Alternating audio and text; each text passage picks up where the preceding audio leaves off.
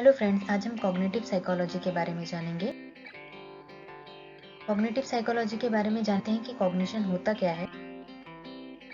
Cognition ये word Latin word cognitive से बना है, जिसका मतलब होता है लर्निंग या फिर नॉलेज।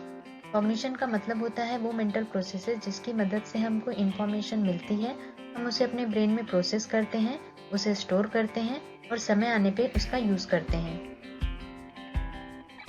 फॉर एग्जाम्पल, सपोज आप पढ़ रहे हैं, अब पढ़ते वक्त आपको बहुत सारी नई नई इन्फॉर्मेशन इस सब्जेक्ट के ऊपर पता चल रही है। इस इन्फॉर्मेशन को आप अपने ब्रेन में स्टोर करते हैं और जब आप अपने किसी बैचमेट से या किसी स्टडी ग्रुप में जाते हैं तो आप इस इन्फॉर्मेशन को उसके साथ डिस्कस करते हैं। तो इन्फॉर्मेशन को इस तरह से एक्वायर करने, प्रोसेस करने, स्टोर करने और यूज़ करने के ही प्रोसेस को कॉग्निशन कहते हैं। अब आते हैं हमारे मेन टॉपिक कॉग्निटिव साइकोलॉजी के ऊपर।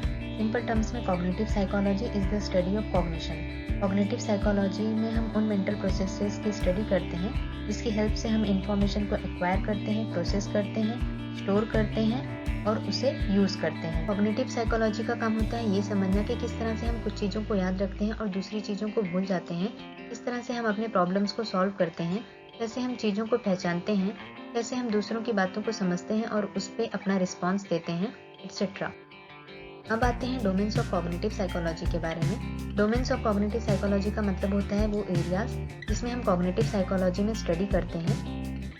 सो there are 12 domains of cognitive psychology और हम हर एक डोमेन के बारे में एक एक करके जानेंगे। सबसे पहला डोमेन है कॉग्निटिव न्यूरोसाइंस का।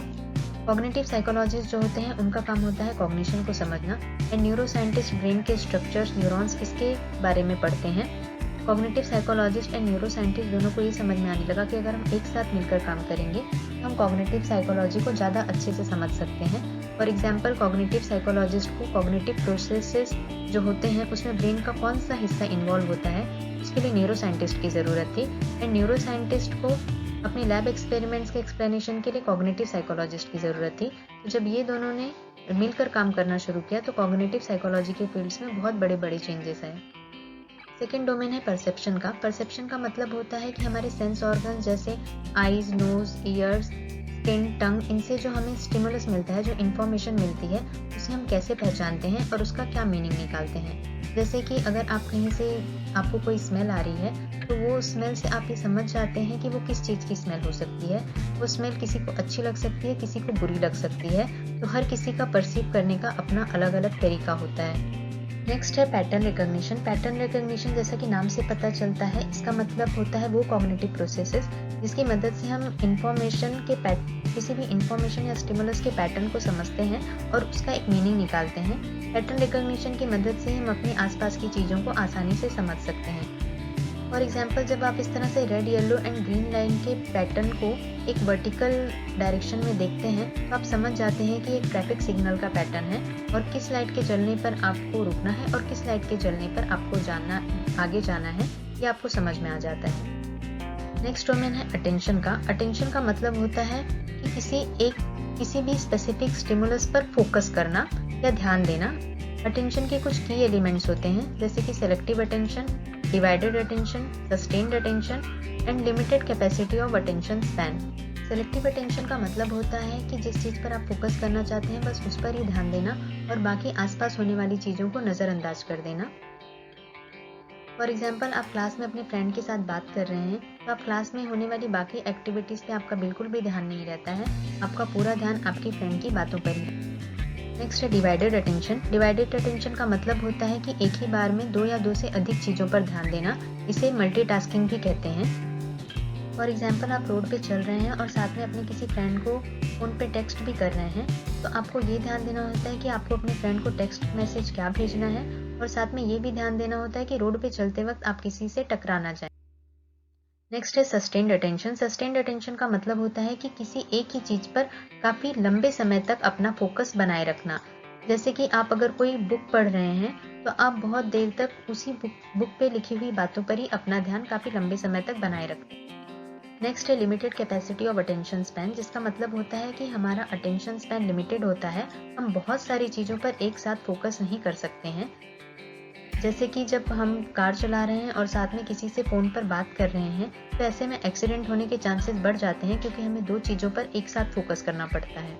The domain of cognitive psychology is consciousness. Consciousness का मतलब होता है कि हमें हमारे इंटरनल एनवायरनमेंट जैसे कि थॉट्स, फीलिंग, सेंसेशन और इसके साथ साथ हमारे आसपास में क्या हो रहा है इसके बारे में जानकारी होना या अवेयरनेस होना।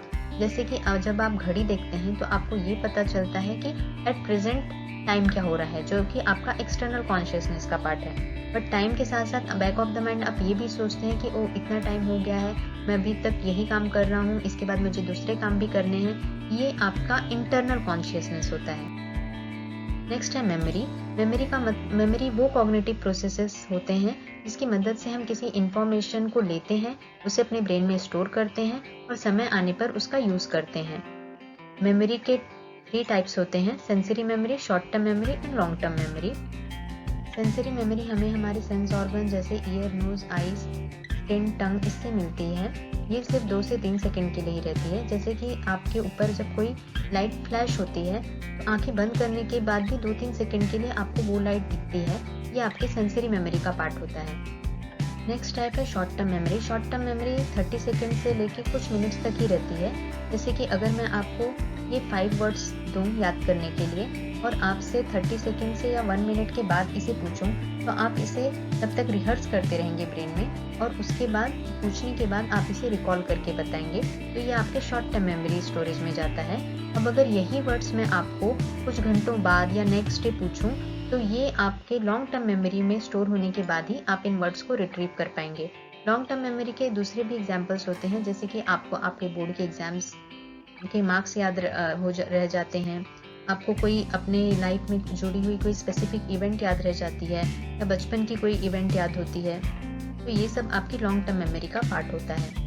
नेक्स्ट डोमेन है रिप्रेजेंटेशन ऑफ नॉलेज, जिसका मतलब होता है कि आपके ब्रेन में जो भी इंफॉर्मेशन स्टोर्ड होती है उसे समय आने पर आप किस तरह से रिप्रेजेंट करते हैं। जैसे कि मैथमेटिकल फार्मूलाज आपके मैथमेटिकल नॉलेज का रिप्रेजेंटेशन होता है, जिसकी मदद से इक्वेशन सॉल्व करना आपके लिए ईजी हो जाता है।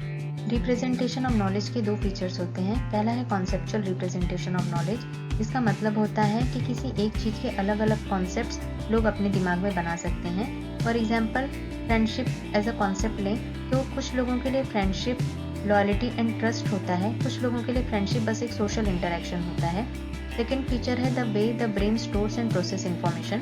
इसका मतलब होता है कि भले ही लोग अलग अलग कॉन्सेप्ट्स अपने दिमाग में एक ही चीज़ का बनाएं, पर ब्रेन जिस तरह से इन्फॉर्मेशन को स्टोर एंड प्रोसेस करता है वो हर एक के दिमाग में एक जैसा ही होता है। फॉर एग्जाम्पल मेमोरी हर एक की अलग अलग होती है, लेकिन उसे ब्रेन में एनकोड करना, स्टोर करना एंड रिट्रीव करने का प्रोसेस सबके ब्रेन में एक जैसा ही होता है। Next domain is imagery. Imagery का मतलब होता है इंटरनल रिप्रेजेंटेशन ऑफ इंफॉर्मेशन। इसका मतलब है कि हमारे दिमाग में उन चीज़ों की मेंटल पिक्चर्स बन जाना जो आपके इमीडिएट एक्सटर्नल एनवायरनमेंट में प्रेजेंट ना हो। फॉर एग्जाम्पल जब आपको कोई स्टोरी सुना रहा होता है तो उस स्टोरी के इवेंट्स के इमेजेस आपके ब्रेन में ऑटोमेटिकली फॉर्म होते रहते हैं, भले ही वो चीज़ें आपके सामने ना हुई। Another domain of cognitive psychology is language. Language ये बहुत ही कॉम्प्लेक्स कॉग्निटिव प्रोसेस है और बहुत टाइम से साइकोलॉजिस्ट को इंट्रीग करता हुआ आया है। लैंग्वेज की मदद से हम अपनी इंफॉर्मेशन को या नॉलेज को एक्वायर करते हैं और उसे एक्सप्रेस करते हैं। लैंग्वेज हमें किसी के साथ बात करने में हेल्प करता है, अपने थॉट्स को एक्सप्रेस करने में हेल्प करता है, अपनी नॉलेज को शेयर करने में हेल्प करता है और cognitive development and social interaction का ये एक बहुत ही बड़ा हिस्सा होता है। Next domain is developmental psychology. Developmental psychology में ये बताया जाता है कि किस तरह से cognition different stages of life में डेवलप होता है। इसमें एक बहुत ही फेमस थियरी है gene Piaget theory of cognitive development की, जिसमें ये बताया गया है कि हर एक लाइफ स्टेज में हमारी कॉग्निटिव एबिलिटीज क्या होती हैं। Next domain is thinking and concept formation. Thinking is a very important part of our life और बिना सोचे तो हम कोई भी काम नहीं करते हैं।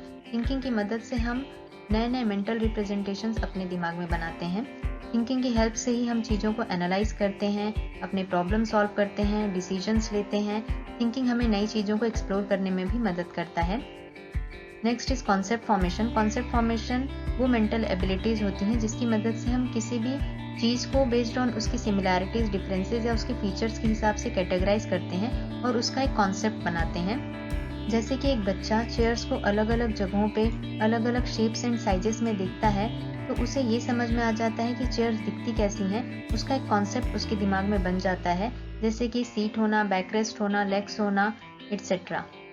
The last domain is human and artificial intelligence. Human intelligence की मदद से हमें इंफॉर्मेशन को लेने में, उसे यूज़ करने में, प्रॉब्लम सॉल्व करने में, डिसीजन मेकिंग में, लैंग्वेज यूज़ करने में, इन सब चीज़ों में मदद मिलती है। आर्टिफिशियल इंटेलिजेंस वो होता है जिसमें ह्यूमन इंटेलिजेंस के प्रोसेस को ही मशीन में सिमुलेट किया जाता है। आर्टिफिशियल इंटेलिजेंस में मशीन को इंसानों की तरह ही सोचने और समझने जैसा बनाया जाता है।